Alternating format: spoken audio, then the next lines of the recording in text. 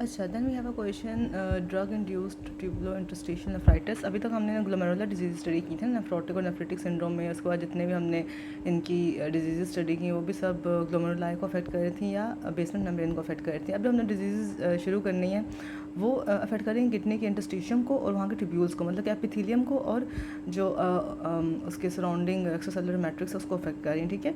तो the first one is the drug induced tubulo interstitial nephritis. As a name indicates drug induced होगा। Second ये कि एक acute kidney injury होती है और एक over period of time chronic kidney injury हो रही है। तो drug induced tubular interstitial nephritis is a very common form of acute kidney injury, ठीक है। इसमें हो क्या रहा है, एक acute drug induced tubular interstitial nephritis हो क्यों रहा है, क्योंकि एक ड्रग रिएक्शन हो रहा है। अब ऐसा नहीं कि ड्रग इटसेल्फ वहाँ जाकर एक्ट कर रही है, लेकिन drug as a antigen act कर रही है बॉडी के लिए, एज अ हेप्टेन एक्ट कर रही है बॉडी के लिए, और उसके अगेंस्ट एंटीबॉडीज़ प्रोड्यूस हो रही हैं। और वो एक यू कैन से जैसे हमारे पास कॉम्प्लीमेंट्री सिस्टम एक्टिवेट होता है, सॉरी कॉम्प्लीमेंट सिस्टम एक्टिवेट होता है, और उसके बाद जो अटैक कॉम्प्लेक्स बनता है, the whole thing goes on, ठीक है। जो मोस्ट ऑफ द ड्रग्स जो ये ड्रग रिएक्शन कॉज कराती हैं, उसमें पेनिसिलिन आ जाती हैं, एंटीबायोटिक्स, ठीक है, रिफैम्पिन आ जाती है एंटीबायोटिक, डायूरेटिक्स आते हैं डिफरेंट, ठीक है। तो ये बहुत एक पैराडॉक्स है कि डायूरेटिक्स हम किडनी को प्रोटेक्ट करने के लिए देते हैं और किडनी इंजरी करा रहे होते हैं। इसके अलावा कुछ आंसर्स आते हैं, उनका तो हमें पता ही ऑलरेडी। कुछ पीपीआईज भी होते हैं, प्रोटॉन पंप इनहिबिटर्स, ठीक है। तो ये सब आगे। अच्छा, पैथोजेनेसिस क्या है कि हम कहते हैं कि ये एक हाइपर सेंसिटिविटी रिएक्शन होता है। हाइपर सेंसिटिविटी टाइप 1 रिएक्शन भी हो सकता है, हाइपर सेंसिटिविटी टाइप 4 रिएक्शन भी हो सकता है, ठीक है।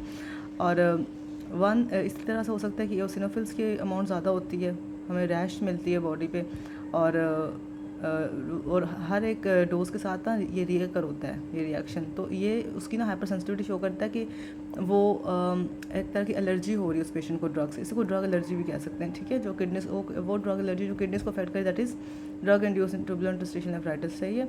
टाइप 1 में क्या हो रहा है, यूसिनोफिलिया हो रहा है, रैश हो रहा है, और सीरम आईजीई लेवल ज़्यादा होंगे, साथ में ईओसिन लेवल ज़्यादा होगा। ये टाइप 1 हाइपर सेंसिटिविटी को इंडिकेट करेगा, ठीक है।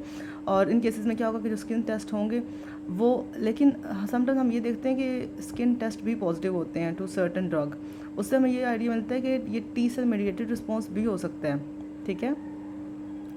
तो टी सेल मेडिएटेड रिस्पॉन्स हमें पता है कि टाइप 4 हाइपर सेंसिटिविटी में होता है। तो इधर it is eosinophil and IgE mediated response में वो टाइप 1 हाइपर सेंसिटिविटी होगी, और it is T cell mediated response in case of drug induced nephritis, तो उस केस में वो टाइप 4 हाइपर सेंसिटिविटी होगी। तो हमने देखा कि ये जो ड्रग्स होती हैं वैसा हेप्टेन एक्ट करती हैं, इम्यूनोजेनिक हो जाती हैं, इसके अगेंस्ट पे टी सेल इम्यूनिटी प्रोड्यूस होती है, आईजीई मेडिएटेड इम्यूनिटी प्रोड्यूस होती है, ये बात होगी।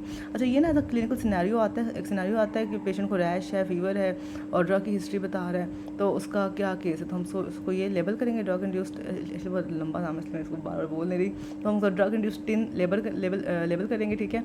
और फिर उसकी हमसे ना मॉर्फोलॉजी पूछी जाती है कि मॉर्फोलॉजी इसकी कैसी होती है। तो डेफिनेटली जहाँ पर ट्यूब्यूल्स में इंटरस्टिशियम में एक इम्यून कम्प्लेक्स पड़ा हुआ है, वहाँ पे एक इम्यून रिएक्शन चल रहा है, तो वहाँ पर क्या होगा कि वहाँ पे न्यूट्रोफिल्स नज़र आएंगे, हमें यूसिनोफिल्स नज़र आएंगे, क्योंकि ये एक्यूट, हमने पहले बात की थी कि ये एक्यूट रिएक्शन है।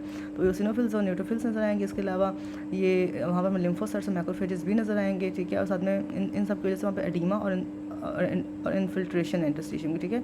Oedema and infiltration of the interstitium is seen by mononuclear cells, जिसमें लिम्फोसाइट्स और मैक्रोफेज आते हैं, और एओसिनोफिल्स और न्यूट्रोफिल्स आते हैं, ठीक है। ये एक्यूट और क्रोनिक इन्फेक्शन को इंडिकेट कर दिया इन्होंने। टी सेल मेडिएटेड अगर रिस्पॉन्स होगा ना वहाँ पे, टी सेल मेडिएटेड रिस्पॉन्स अगर होता है तो उसके नतीजे में ना वहाँ पे इंटरस्टिशियम में नॉन नेक्रोटाइजिंग ग्रैनुलोमास बनेंगे विद जाइंट सेल्स, ठीक है। तो एक रिस्पॉन्स तो ये हो गया कि वहाँ पर क्या है, टी सेल वहाँ पर लिम्फोसाइट्स हैं और एडीमा है। सेकंड रिस्पॉन्स क्या होगा, टी सेल मेडिएटेड है तो नॉन नेक्रोटाइजिंग ग्रैनुलोमा बना है। सेकंड ये इसकी मॉर्फोलॉजी होगी। थर्ड ये है कि अगर एंसर्स की वजह से हुआ है ना ड्रग इंड्यूस्ड रिएक्शन, तो उस केस में ना हमें पोडोसाइट के फूड प्रोसेस की इफेसमेंट भी मिलेगी और नेफ्रोटिक सिम्टम भी मिलेंगे।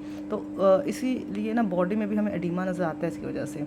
तो फीवर एओसिनोफिलिया रैश तो है ही, लेकिन अगर फूड प्रोसेस का डैमेज हो रहा है तो साथ में हमें प्रोटीन यूरिया भी मिल सकता है, हेमाचूरिया भी मिल सकता है, ठीक है। अच्छा, तो सिंस हेमाचूरिया मिल रहा है तो it can be labelled along with nephritic syndrome, right. और प्रोटीन यूरिया हो तो नेफ्रोटिक सिंड्रोम के साथ मिलेगा। और अगर एक्यूट किडनी इंजरी बहुत ज़्यादा होगी तो क्रिएटिनिन लेवल भी बहुत ज़्यादा रेज्ड होगा और लिग्यूरिया भी डेवलप हो सकता है। तो ये चीज़ें इंपॉर्टेंट है, लेकिन एक बार मॉर्फोलॉजी देख लेते हैं, ये अक्सर पूछे जाते हैं। एक तो वहाँ पर एओसिनोफिल्स रेज्ड होंगे, न्यूट्रोफिल्स रेज्ड होंगे, लिम्फोसाइट्स रेज्ड होंगे और मैक्रोफेजेस रेज्ड होंगे। सेकेंडली अगर एंसर्स वजह से है तो नॉन नेक्रोटाइजिंग ग्रैनुलोमा बनेगी विद जाइंट सेल, ठीक है। थर्ड, अगर सॉरी अगर टी सेल मेडिएटेड की वजह से तो ग्रेनुलोमा बनेगा, और अगर एनसेट की वजह से ये ड्रग रिएक्शन हो रहा है तो उसके समय क्या होगा कि फूड प्रोसेसेस की इफेसमेंट होगी, नेफ्रोटिक सिंड्रोम के सिम्टम्स आएंगे। इसके आप क्लिनिकल फीचर्स सामने याद रखिएगा, फीवर, एओसिनोफिलिया और रैश, ये उसके ना सिनेरियो में पूछा जाता है। साथ में ल्यूकोसाइट्यूरिया, ये भी बहुत इंपॉर्टेंट है, ये भी पैथोनॉमिक है इसके लिए। ल्यूकोसाइट्यूरिया हो रहा है क्योंकि जो ल्यूकोसाइट उसकी किडनी में और साथ उसके ब्लड में रिलीज, सॉरी उसके यूरिन में रिलीज़ भी हो रहे हैं, ठीक है। तो ल्यूकोसाइट्यूरिया, रैश, फीवर की हिस्ट्री है तो ये डेफिनेटली ये डिसीज़ है और ये आती भी है अक्सर।